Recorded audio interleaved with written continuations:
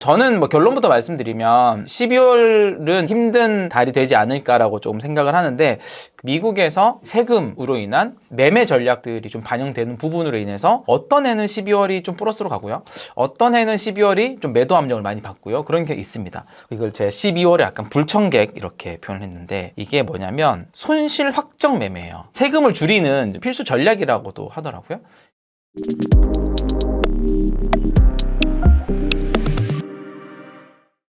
네, 안녕하세요. 이장우의 비트코인 머니플랜입니다. 네, 주말 잘 보내셨나요? 오늘 보니까 다시 가격이 또 많이 급락 하고 있는 상황이긴 합니다. 이게 시장이 좀 회복하다 싶으면 다시 조정받고, 아마 이게 저는 당분간 꽤 이어질 흐름이라고 좀 보여지거든요. 그래서 지치게 한다. 계속 떨어지는 것보다 오를 것 같이 반등 오다도 하락하고, 이런 것들이 굉장히 지치게 하는 흐름인데요. 뭐 빠른 시기 내에 끝날 것 같지는 않다는 생각도 듭니다. 오늘이 이제 12월 1일이거든요. 12월이 드디어 시작을 했는데, 오늘은 뭐 산타랠리를 기대하는 수요도 있고, 12월에 좀 어떻게 좀 전망할 수 있을지에 대해서 여러 가지 지표들을 좀 보면서 오랜만에 시황을 한번 다뤄보도록 하겠습니다. 가격도 보고, 그동안 항상 우리는 장기적인 관점, 10년, 15년 노후 준비와 은퇴 설계 관점에서 보고, 또 세금에 대해서 보고 했는데, 월초이기도 하니까요, 이제 이번 달, 뭐 다음 달 조금 더 단기적인 관점에서의 시장을 좀 볼 텐데, 지금 상황이 어떤지를 온체인 데이터와 좀 지표들을 통해서 보고요. 저는 뭐 결론부터 말씀드리면 12월은 힘든 달이 되지 않을까라고 조금 생각을 하는데, 그 이유에 대해서 한번 좀 얘기 드려보도록 하겠습니다. 월초니까 월간 수익률들을 이제 과거의 여러 해의 데이터를 보면서 과거의 12월은 조금 어땠는지 월간 데이터를 한번 먼저 보도록 하겠습니다. 작년 11월, 12월 두 달을 보면 좀 성장을 했었죠. 11월에 워낙 또 많이 올라서 12월에 약간 조금 하락을 했지만, 그래도 11월, 12월 그러니까 4분기 좋았습니다. 2021년, 2022년 12월, 11월 모두 다 마이너스였고요. 2020년도는 좋았고, 2018년, 19년 11월, 12월은 마이너스였습니다. 뭐 약간의 공통점이 좀 보이긴 하시나요? 우선은 약세장인 해 있잖아요. 시장이 하락장이었던 해, 2018년도, 2014년도, 그리고 2022년도도 하락장이었죠. 그리고 2021년도 12월은 이미 고점을 찍고 11월에 이제 하락을 하던 와중에 있었고요. 2019년도 12월도 어떻게 보면 하락장의 마지막 연장선상에 좀 있었다, 이렇게 볼 수 있을 것 같습니다. 하락장일 때는 12월이 웬만하면 다 마이너스로 마무리한 것들을 볼 수 있습니다. 제가 이제 이런 월별 데이터를 보면서 특정 월이 특별하게 올라야 될 이유가 없고, 특정 월이 특별하게 떨어져야 될 이유가 없다, 이런 얘기들을 많이 드렸던 것 같습니다, 기존에. 근데 11월과 12월은 조금 다른 부분이 있어요. 그러니까 세금과 관련된 부분인데요. 그 부분들 이어서 좀 말씀드리고, 미국이 시장의 영향력이 크기 때문에 미국에서 이제 이 세금으로 인한 매매 전략들이 좀 반영되는 부분으로 인해서 어떤 해는 12월이 좀 플러스로 가고요, 어떤 해는 12월이 좀 매도 압력을 많이 받고요, 그런 게 있습니다. 그 부분들 오늘 좀 언급드려 보겠습니다.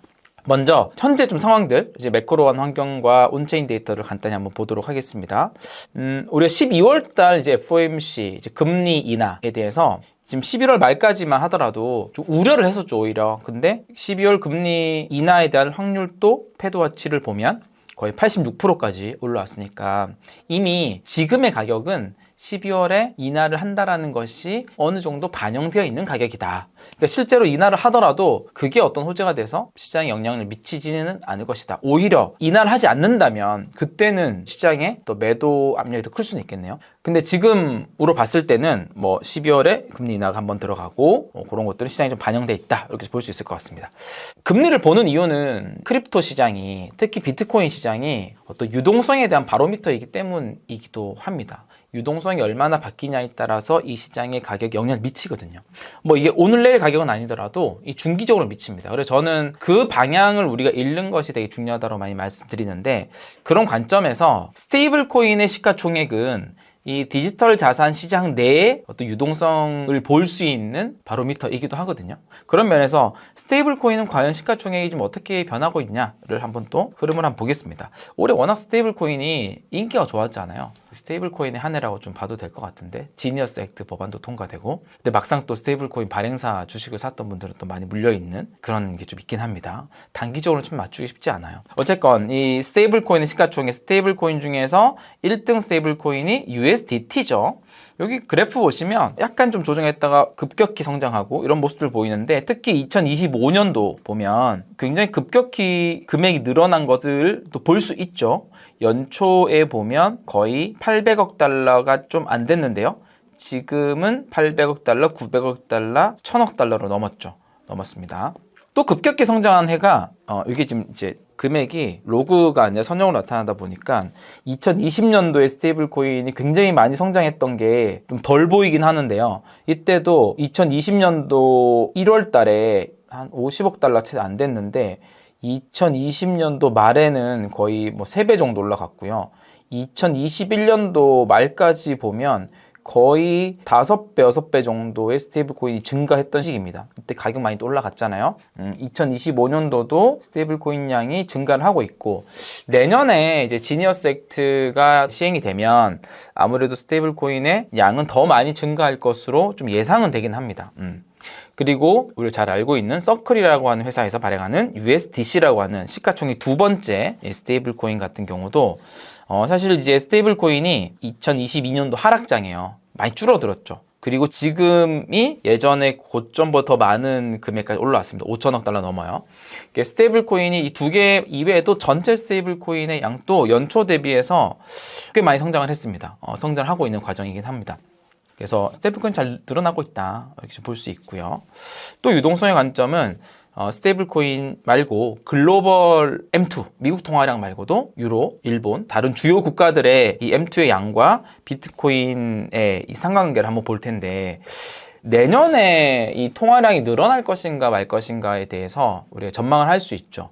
내년 같은 경우는 우리나라도 그렇고 굉장히 기본적으로 이제 통화 완화, 그러니까 재정 정책을 많이 펼치는 지금 환경이 있습니다. 다른 나라도 마찬가지입니다.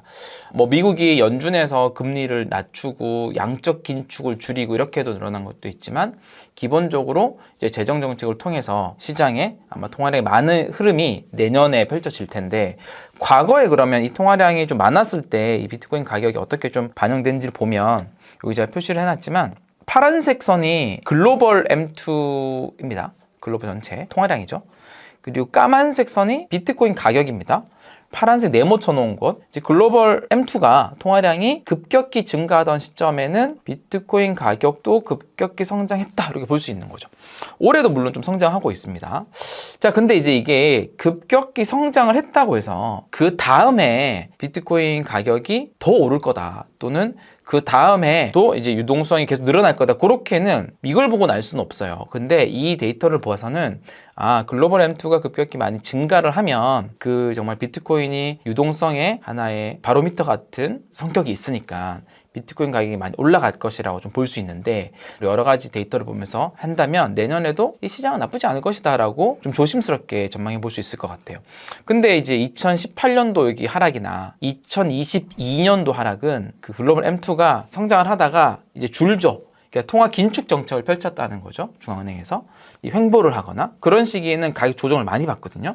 근데 내년에 그럴 것 같지는 않아요. 현재까지 흐름들을 봤을 때는. 그래서 우리가 내년의 시장도 그렇게 안 좋게 보지 않고, 그래도 좀 완만하게, 폭발적 성장이 될지는 잘 모르겠습니다, 솔직히. 근데 어느 정도 약강세장의 흐름으로 좀 성장을 할 수 있는 이유는 이런 이유가 좀 때문이지 않을까. 그렇기 때문에 우리가 매크로한 흐름들, 연준이 어떻게 통화 정책을 펼치고 있나, 미국은 어떻게 이제 재정 정책을 통해서 시장에 돈을 더 많이 공급하나, 이런 포인트들을 관심 있게 봐야 되는 포인트도 여기 있는 것 같습니다. 자, 이렇게 지금 어떻게 보면은 좀 긍정적인 포인트들을 한 두세 가지 지표들을 얘기했어요. 근데 리스크가 있습니다. 적어도 언제? 2025년 지금 12월 달에요. 이건 다른 채널들에서 아직은 뭐 많이 얘기를 안 했던 부분이기도 하고요. 작년 10월 달에 이 주제로 제가 한번 다뤘었던 기억이 납니다. 이게 어떤 거냐면, 미국에서의 세금 때문에 비트코인 시장에서 이 매도 압력이 좀 더 많냐, 적냐 이것들을 좀 보는 건데요. 똑같은 이유 때문에 작년에는 11월, 12월에 매도 압력이 좀 적고 성장한 거다라고 이제 유튜브 얘기 드렸었는데 실제로 작년 11월, 12월 좀 올랐죠. 많이. 올해는 같은 이유 때문에 12월 오히려 매도 압력이 좀 많이 있을 것 같다라는 게 좀 제 생각입니다. 왜 그런지 한번 볼게요. 이걸 제가 12월에 약간 불청객 이렇게 표현을 했는데 이게 뭐냐면 Tax Loss Harvesting이라고 하는데 손실 확정 매매예요. 손실을 확정함으로써 수확을 한다 이런 의미이긴 합니다. 세금을 줄이는 필수 전략이라고도 하더라고요. 특히 연말에 일어납니다. 이게 뭐냐면 미국은 단기 보유 1년 미만 그리고 1년 이상의 장기 보유에 따라서 세금이 차이가 많이 납니다. 물론 소득 구간으로 차이가 있기 때문에 단기 같은 경우는 한 30% 후반대까지 나오고요. 장기 넘어가면 10% 후반에서 20%까지 이렇게 나오는 겁니다. 수익분에 대해서. 그래서 이게 뭐냐면은 12월 달에 손실 확정 매매를 하는 이유는 2025년도 한 해 수익을 낸 자산이 있고요. 만약에 특정 자산이 손실 구간에 있으면 이거를 미실현으로 있는 게 아니라 손실 매매, 손실 확정을 함으로써 수익이 난 이 자산과 이 손실이 난 자산을 서로 상계가 되니까 수익액이 최종적으로 줄어들잖아요. 그럼으로 인해서 실제 세금이 좀 줄어들게 하는 이런 방법입니다. 근데 그러기에 지금 특히 이제 알트코인이 약간 타겟의 1순위로 있는 게 2025년도에 우리 알트코인들을 비트코인 포함해서 투자하신 분들은 아마 지금 다 손실 구간에 있을 거거든요. 근데 비트코인은 뭐 크지는 않습니다만 뭐 10에서 20% 정도인데 특별히 알트코인 같은 경우는 거의 한 30, 50, 또 70%까지 손실을 많이 본 사람도 있을 거예요. 아직 매도하기 전. 왜냐하면 2025년도에 알트코인 불장이 올 거라 그래서 투자를 많이 했었을 거거든요. 그래서 이 손실 확정을 하기에는 이 알트코인이 너무 좋은 타깃이 된다. 본인이 갖고 있다면. 그래서 뭐 엔비디아나 다른 뭐 주식으로 수익을 많이 본 것을 또 올해 주가 괜찮았잖아요. 이 알트코인을 매도함으로써 하기 때문에 이 매도에 대한 수요가 많이 발생할 거다라는 거죠. 이걸 정리를 해보면 이렇게 볼 수 있습니다. 그러니까 손실이 난 자산은 연말에 매도를 해서 손실을 확정하고 또 세금 공제 활용하는 전략이고요. 주로 이제 11월과 12월에 좀 집중이 되는 경향이 있고 그 당해에 이제 손실을 보고 있을 경우에는 이제 연말 매도를 하면 이제 손실을 공제할 수 있으니까 그리고 매도한 것들은 이제 내년에 다시 좀 매수를 하는 경향이 있고 그 해에 이제 만약에 이익을 거두고 있는 상황이 생길 수 있어요. 이익을. 올해 같은 경우는 아니죠. 이익을 거두고 있으면 연말에 좀 매도하지 않고 또 오래 보유를 하게 되면 이제 장기 보유 자본이득세를 넘어가기 때문에 오히려 세금을 좀 줄일 수 있는 그래서 오히려 보유하려고 하는 경향이 있는데 그게 저는 작년 같은 경우라고 좀 보는 거고 올해는 이미 10월 달에 우리 폭락하면서 손실구간이 많이 있거든요. 그렇습니다. 이거를 예시를 통해서 한번 볼게요. 예시를 좀 분석해 놓은 글이 있어서 케이스를 좀 가져와 봤습니다. 오늘 설명 한번 드려볼게요. 이게 어떤 케이스냐면 손실 확정 사례인데요. 어떤 미국 투자자예요. 한국이 아니라. 이제 펀드 A, 펀드 B, 펀드 C가 있어요. 펀드 A는 25만 달러 수익 구간에 있는 펀드고요. 펀드 B는 13만 달러 손해보고 있고요. 펀드 C는 10만 달러가 손해보고 있는 상태예요. 그리고 펀드 B는 이제 장기 보유죠. 635일 동안 보유했던 거고 펀드 C는 단기 보유, 1년 미만 125일 보유한 겁니다. 근데 이제 요 투자자가 펀드 E와 펀드 F가 있어요. 근데 펀드 E를 팔았는데 수익을 20만 달러 얻었어요. 펀드 총 5개 있는데 그 중에 네 번째 이 펀드를 팔았는데 요거는 20만 달러 수익을 받고 또 펀드 F가 있어요. 요것도 팔아서 15만 달러 수익을 봤어요. 근데 요것도 두 개가 하나는 장기 보유고 하나는 단기 보유란 말이죠. 이랬을 때 세금이 어떻게 되냐면 만약에 손실 확정 매매를 하지 않았을 때는 요 20만 불 수익을 본 것의 20%가 세금. 왜냐면은 요건 장기 보유거든요. 요 투자자 같은 경우는 장기 보유는 20% 세금을 내는 구간이고 단기 보유는 37%의 높은 세율을 내는 구간이라고 좀 미리 정해 놓을게요. 이 투자자 같은 경우는 1년 미만에서 수익을 본 15만 달러는 37%, 1년 이상 보유한 구간에서 수익을 낸 20만 달러는 20% 수익을 낸 거죠. 그렇게 하면 세금이 95,500달러 나와요. 근데 요거를 방금 얘기했던 이제 12월 달에 주로 일어날 수 있는 손실 확정 매매를 하게 되면 여기 지금 13만 달러 손해보고 있는 거, 10만 달러 손해보고 있는 두 가지 펀드가 있잖아요. 요걸 다 매도를 하는 거예요. 그러면 요 두 개가 이제 장기 보유한 거는 20만 달러 수익 본 거에 13만 달러 손해 본 거를 이제 상계를 쳐서 20% 수익률 곱하는 거고, 그리고 단기 보유한 것들은 이 15만 달러 수익 본 거에서 10만 달러 손실 확정을 했으니까 10만 달러 뺀 요거를 37%한 거니까 이렇게 계산을 해보면 32,500불만 세금 내면 되거든요. 그러니까 세금이 한 6만 3천 달러가 절세가 되는 거예요. 이 절세를 낸 방법이 있다 보니 이미 손실 구간에 있는 펀드를 손실 확정을 하는 매도를 하는 거죠. 근데 이게 펀드도 되고 특히 암호화폐 같은 경우도 같이 반영이 됩니다. 그래서 손실이 많이 나 있는 암호화폐가 있다면 손실을 확정을 하는 경향이 있기 때문에 아마 올해 같은 12월 달에는 오히려 매도 압력이 좀 큰 손실 구간이 될 걸로 좀 생각이 됩니다. 근데 이제 이게 그럴 수 있어요. 그럼 팔았다가 다시 사면 되잖아. 이럴 수 있죠. 계속 보유하고 싶은 자산이면. 근데 그게 이제 워시 세일 룰이라고 해서 그렇게 하지 못하도록 매도 전 30일과 매도 후 30일 요 사이에는 동일한 자산을 사거나 팔게 되면 워시 세일 룰에 위반이 되기 때문에 이렇게 해서 매도를 한 케이스 같은 경우는 적어도 30일 이후에 한 1월로 넘어가죠. 그때 재매수를 할 수 있는 환경이 되긴 합니다. 그래서 이런 포인트도 있고, 또 알트코인을 손해 많이 내서 매도한 것들을 비트코인 오를 것 같아서 비트코인 다시 재매수할 수 있잖아요. 그런 수도 있기 때문에 이게 어떻게 조금 흘러갈지는 모르겠습니다만 일단 이런 이유 때문에 올해는 좀 매도 압력이 좀 있을 것 같다. 근데 그 중에서도 전 비트코인보다도 알트코인에 훨씬 더 큰 매도 압력이 좀 있을 거라고 좀 생각이 듭니다. 그래서 이런 포인트들을 조금 우리가 알고 있으면 12월 달에 갖고 있는 암호화폐들을 할 때 좀 참고가 좀 많이 되지 않을까, 그렇게 조금 볼 수 있을 것 같습니다. 이제 마무리를 해보면 올해 2025년도 12월 달 같은 경우는 이 손실 확정 매매에 대한 매도 압력, 특히 미국 투자자들 중심으로 이 시장에서 미국 투자자들의 비중이 좀 크니까요, 영향력이 있으니까 12월 달은 매도 압력이 조금 있을 거다. 그래서 좀 더 보수적으로 접근해야 된다. 근데 이걸 또 역설적으로 적용을 하면 비트코인 장기 투자자나 이 적립식 투자를 한 투자자들은 이렇게 떨어질 때 매수를 더 하면 또 좋은 기회 구간을 활용할 수도 있습니다. 어떻게 보면 이때가 좀 조정을 받는 시기로 볼 수도 있잖아요. 내년으로 봤을 때는 제가 처음에 언급한 대로 유동성 관점에서 내년이 좀 긍정적인 지점들이 있기 때문에 내년은 조금 더 기대해 볼 수 있고 12월은 좀 보수적으로 하고, 이렇게 두 가지 접근해보면서 올해를 조금 마무리해보시면 좋을 것 같다. 지금 가격 조정을 좀 받고 있긴 하지만 너무 단기적으로 일비하지 마시고 좀 장기적인 관점에서는 지금의 조정이 또 굉장히 좋은 기회가 될 수도 있습니다. 잘 활용하시면 좋을 것 같습니다.